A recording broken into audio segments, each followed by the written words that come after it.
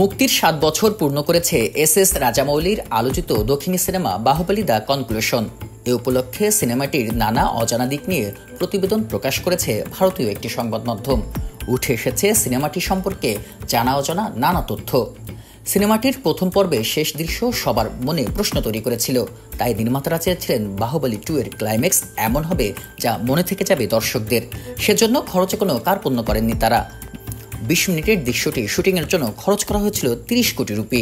বাহুবলী 2তে অভিনয় করার জন্য প্রভাস ৫ বছর অন্য কোনো কাজ করেননি। একটি সাক্ষাৎকারে তিনি বলেছিলেন, এই ছবির জন্য আমি কয়েক বছর সময় দিয়েছি, তারও বেশ কিছুদিন আগে ছবির প্রস্তুতি শুরু করেছি। আমি চাইনি অন্য কিছুতে মন বিক্ষিপ্ত হোক। ছবির সাফল্য প্রমাণ করেছে আমার এই সময় দেওয়াটা ব্যর্থ হয়নি। সিনেমাটিতে অভিনয়ের জন্য প্রভাসকে ৩০ কেজি ওজন বাড়াতে হয়েছে, তার ১৫০ কেজি ওজন হওয়া দরকার ছিল। এজন্য ট্রেনার ও পুষ্টিবিদের অধীনে ছিলেন তিনি।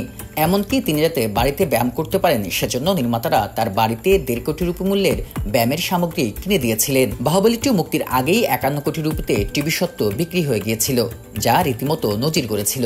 প্রথম পর্বের জনপ্রিয়তার কথা মাথায় রেখে একটি বেসরকারি টিভি চ্যানেল কিনে নিয়েছিলেন দ্বিতীয় পর্বের সত্ত্ব। প্রথম দিনেই বক্স অফিসে ১০০ কোটি রুপি ব্যবসা করে বাহুবলী 2। এর বাজেট ছিল ২৫০ কোটি রুপি।